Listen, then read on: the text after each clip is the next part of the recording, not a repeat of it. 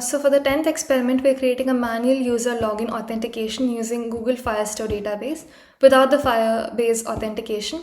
So as we have already developed a Flutter application where for our library management system, we received the book, the name of the book, and the name of the author along with the number of copies in that application.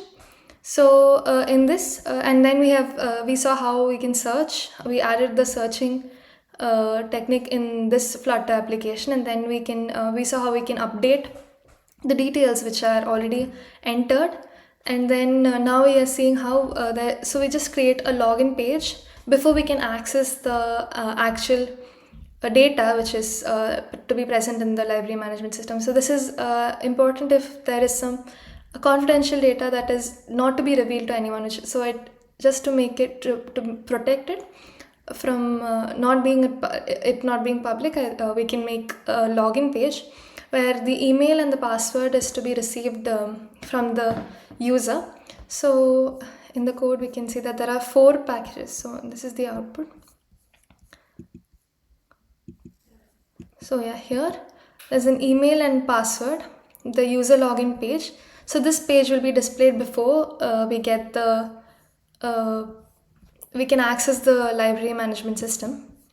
Here there are 4 packages, and we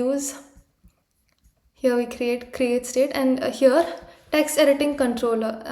Under that there are email controller and password controller, which controls the email, the valid email that is used to log in.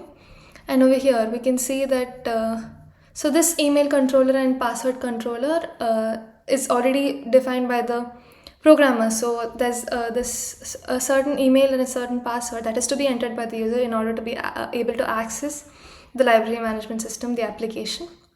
So the email and the password here is what the user is entering.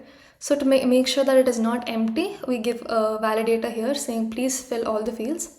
And then the email and the password is being compared to both. So whatever is entered and whatever is already defined, it will be compared to ensure that it is both the same.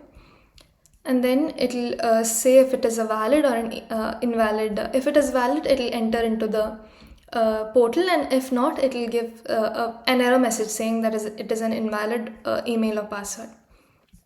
And then we create, this is the form, this is the usual form that is already present in our other programs.